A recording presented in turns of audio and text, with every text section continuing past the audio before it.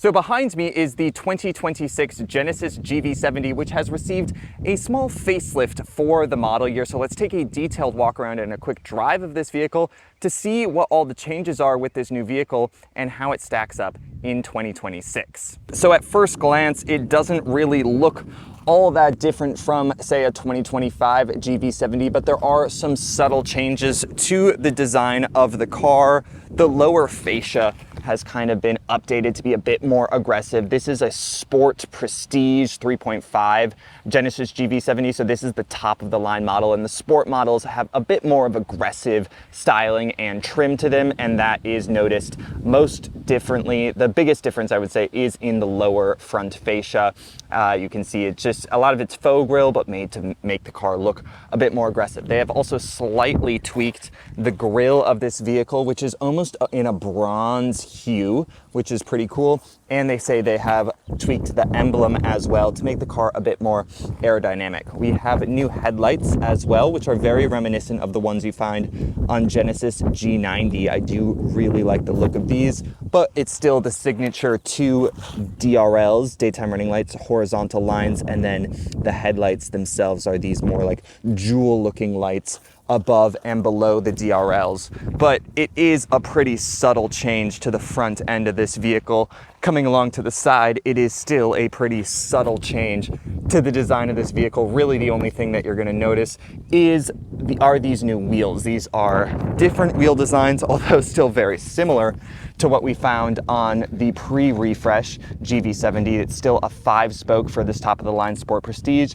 and they're actually a bit simpler than before. If you'll remember, the pre-refresh GV70 had these very intricately patterned 5-spoke wheels that kind of took the pattern of the grille, this like diamond pattern, and put them in the wheels. These are a bit simpler, smoother, just with these double lines on next to every spoke. So they've toned that back, and this is also a new color for the GV70 series, named after the dwarf planet. I actually think it might be a moon now that I think about it. They said it was a dwarf planet though. It's kind of like blue-gray color, definitely very stately, pretty professional looking, which I think fits the Genesis brand. Coming along to the side, you can see it is still a very similar looking vehicle to the pre-refresh, and that's a good thing because I really do think this is a handsome looking car. I love the proportions, the shapes, especially this rear end with the C-pillar and the window. I think all of that looks really good. And coming along to the rear of the car, again, more very subtle changes, most of them down low.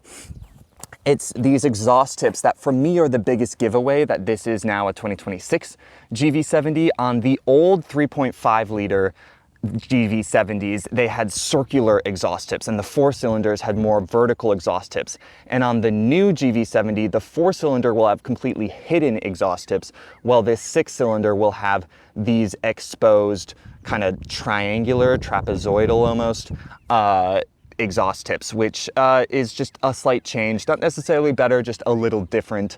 And they say they've redesigned the rear spoiler, although I really can't tell that big of a difference. The biggest changes though do come on the inside, so let's hop there now. To start, let's climb into the back of GV70, which actually has not really received that many changes other than exposing this new interior color. This is like a dark blue with contrast orange stitching, piping, and seatbelts, which I personally think is a pretty cool look. Genesis has often been pretty bold with some of its colors. If you'll remember, the GV60 was launched in like a tennis ball yellow with a blue and tennis ball yellow like accents. This is a similar dark navy blue, now with orange accents on this GV70. And again, this is the Sport Prestige model. Closing the door. My knee room isn't excellent. This seat is pushed back from my ideal driving position because it automatically whirs back when the car is turned off. So I would have slightly more knee room, but it is, it isn't that big of a vehicle. Flipping the camera around, we can see I do have plenty of headroom though. Even with this panoramic sunroof, I do fit in the back of Genesis GV70, and there are some really nice features back here as well, like manual peasant blockers, which is good to see. We also have heated outboard seats and our own climate control zone and 2 USB-C charging outlets and a 110 volt outlet. So lots of features in the back of this Genesis GV70, and I can adjust the front passenger seat with these controls right here, which is pretty nice to see. And not only are these seats a cool color, but this diamond stitched leather seats, those are a really nice looking, very premium visually, and I'm a big fan of that. We also have this woven carbon fiber trim as well. And again, this panoramic sunroof, which we can really appreciate here in the back. But let's hop up front, because this is where most of the changes really are for the 2026 GV70. Hopping up front now, and I will turn the car on and move my seat back in order to give you a very wide perspective. And it's this dash that is the biggest update for 2026. So the old car had a digital instrument cluster and a separate infotainment system, and now they are all under one 27-inch display. We also have this new flat bottom steering wheel on the sport models, 3-spoke with these new gloss black controls and touch sensitive controls down below. On the whole, I think it's okay. I personally don't like a lot of those changes they've made, though, individually. I think this system now and this layout is very similar to what Hyundai's doing in their cars, and there isn't a lot of distinction necessarily in this dash to a Hyundai dash. Now, of course, the materials and the quality in here are higher, and it is a very luxurious feeling cabin, and on the surface it looks very luxurious, but that layout is just a little too familiar for me. I'm also not a fan of gloss black controls. I don't think it's really an acceptable touch point material, so I don't love that these steering wheel buttons, which used to be matte and match the color of the steering wheel, are now gloss black. And touch controls for the climate controls also aren't my favorite. Luckily, we do have a great voice assistant, which goes beyond kind of the bare minimum of voice assistants, like adjusting the temperature or navigating you. You can even do things like lower the windows, lower the passenger window, opening the passenger's window, which I think is a pretty cool feature. Allows you to keep your hands on the steering wheel because you do just have to press that button. You can say, "Hey Genesis," but not all of those features are available when you say, "Hey Genesis." So in other changes, they've moved the wireless charging pad to just right by the center console.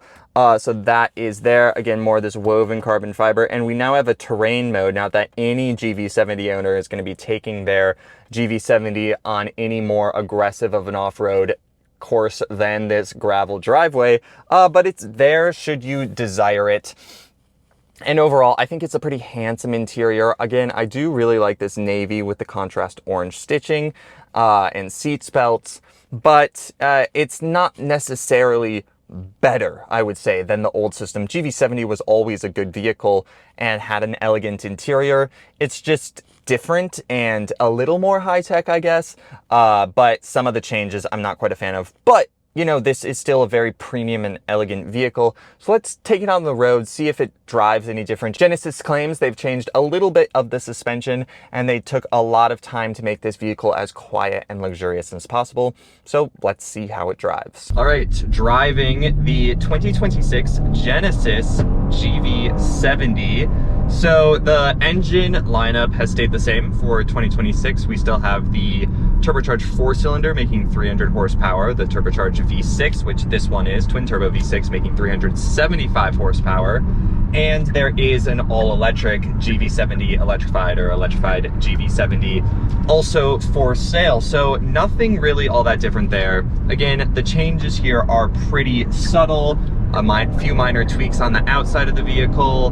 Visually, the new screens on the inside, new steering wheel, and new climate controls are for the most part the only things you're going to notice that are different with this 2026 GV70. This does have also the new interior color combo, so we have a very dark navy seat with contrast orange stitching, these awesome contrast orange seat belts as well, which are very vivid, and then separate from the contrast orange, we have like this contrast gray on the upper leather surfaces throughout the vehicle. And I think the steering wheel is also that contrast gray. It's really hard to tell between the gray and the navy, but whatever the case, it all looks really good.